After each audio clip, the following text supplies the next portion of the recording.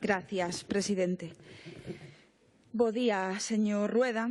Escoitei onte, a verdade, con atención a súa comparecencia, porque garda relación con esta interpelación que nos tiñamos pensado traer a colación da situación das emerxencias, con atención e con preocupación, a verdade. Por preocupación porque, a pesar dos fallos acontecidos durante a vaga de lumes e denunciado polos diferentes profesionais, non asumiu vostede ningún dos erros, ningunha responsabilidade ou a existencia de ningún tipo de fallo na súa xestión e na das propias emerxencias de Galicia.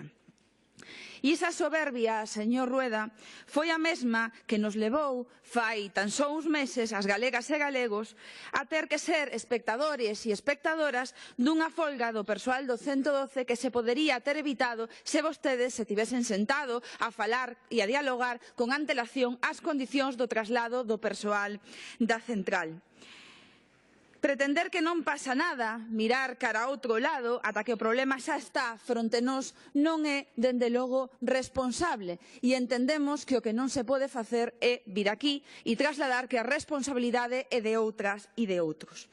Daquela, case 90 días de folga, incapacidade pola súa parte manifesta e evidente de dialogar e finalmente tivo que ser, como lembrará vostede e como trasladamos aquí noutra interpelación que lle realizamos, o Consello Galego de Relacións Laborais o que tivo que obrigalos a sentarse cos traballadores e traballadoras.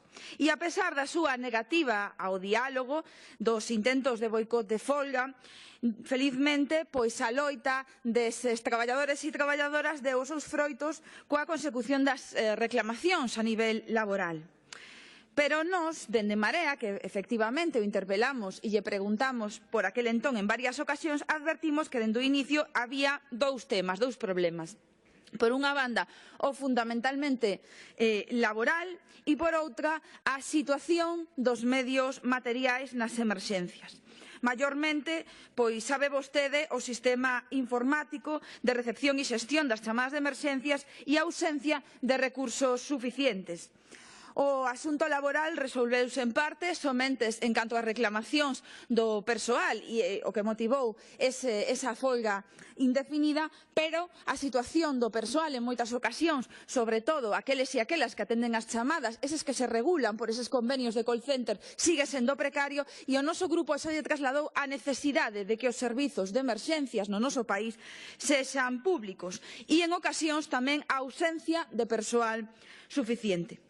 En canto aos medios materiais, advertiron antes da folga dos problemas relacionados coa plataforma. Vostedes decidiron facer ese traslado igual, sen dar a formación necesaria e con fallos do sistema. Xa o trasladamos por aquel entón nesta mesma Cámara. Tiñamos un programa que funcionaba, pero vostedes decidiron implantar outro contratándollo a empresa da señora Martín de Pozuelo Romai. A día de hoxe, efectivamente, se modificaron algúns aspectos do propio sistema porque continuaba dando fallos dende o inicio e houbo algunhas melloras leves, pero só unhas semanas antes da vaga de incendios os traballadores e as traballadoras, señor Rueda, denunciaban que seguía existindo problemas co sistema, denunciando a finais de setembro colas de chamadas que desbordaban a central a pesares de que este verán houbo menos emerxencias en comparación a anos anteriores. E con esa tesitura, con esa circunstancia, foi coa que tivemos que chegar ao mes de outubro e incluso a vaga de incendios. Queremos que nos diga, señor Rueda, como, tras un ano enteiro de denuncias, podemos seguir nesta situación. Cando visitamos as dependencias, se nos dixo que si era necesario, se incrementaría o persoal e se empregaría o programa antigo, se había colapsos. Non sei se o fixeron durante a vaga de lumos, non sei se o necesitaron facer e se vostede pode trasladar aquí algo a ese respecto. Pero hai, señor Rueda, un dato que quedou fora do debate parlamentar dende setembro e que é precisamente a dimisión do señor Juan José Muñoz, o xerente da Xega, da Axencia Galega de Emerxencias, só unhas semanas antes da vaga de incendios.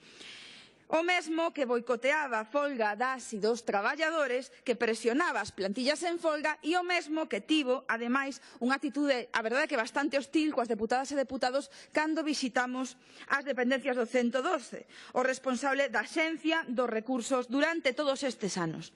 E foron, señor vicepresidente, moitas as ocasións nas que as plantillas denunciaron as reiteradas neglixencias dos protocolos, as carencias na asignación de recursos para dar resposta ás emerxencias, a descoordinación ou os problemas de recursos. E este mesmo grupo, e tamén como Alternativa Galega de Esquerda por aquel entón, trouxemos as graves deficiencias de medios e coordinación que as galegas e galegos tiveron que sufrir no, por exemplo, ese incendio de Fandi Costa, no caso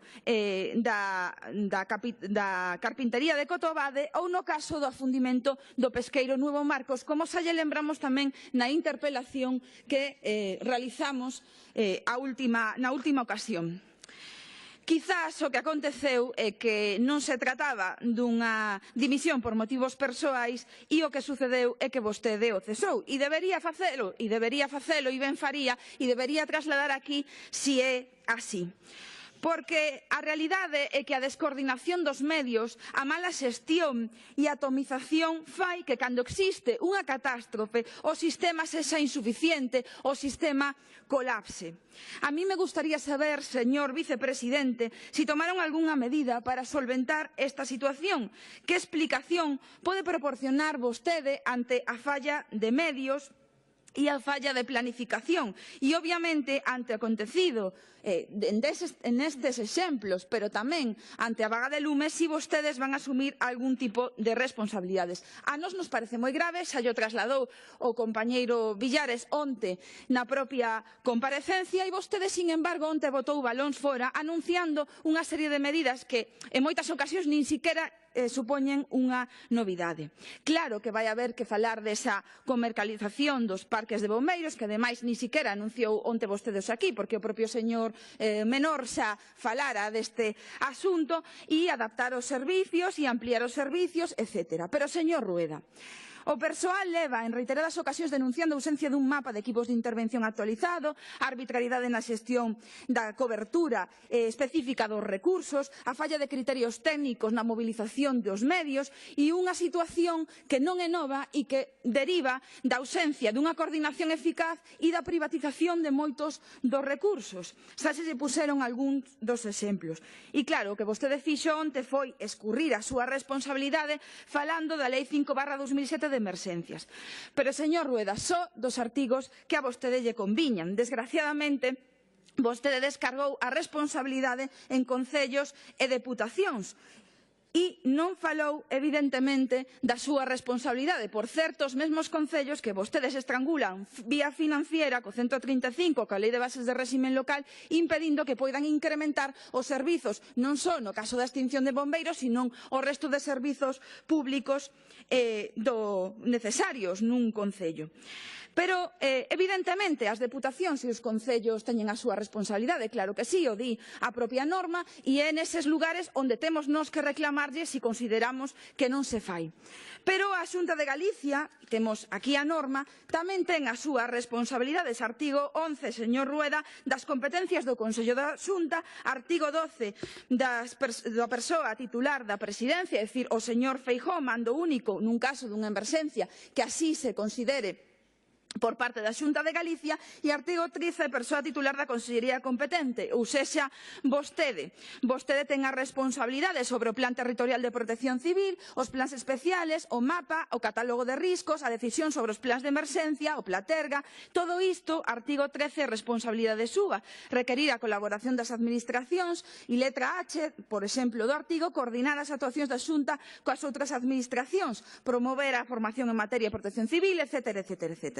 E xa que se queixa vostedes as administracións locais, incluso se lle permite intervir a capacidade de actuar das administracións locais. Pero entendemos que non era necesario e que sería injusto, porque os concellos, en maior ou menor medida, coas capacidades que tiñan, si cumpliron. Por iso vostedes non necesitaron facer uso de ese artigo.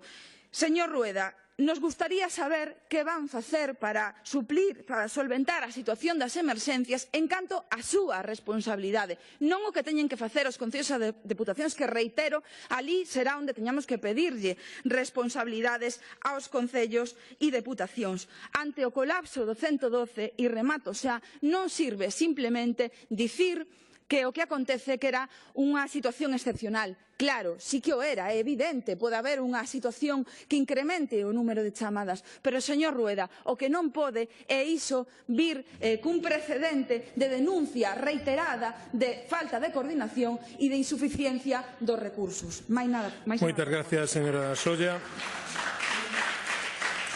Ten a palabra o vicepresidente do Consello de Presidencia de Administracións Públicas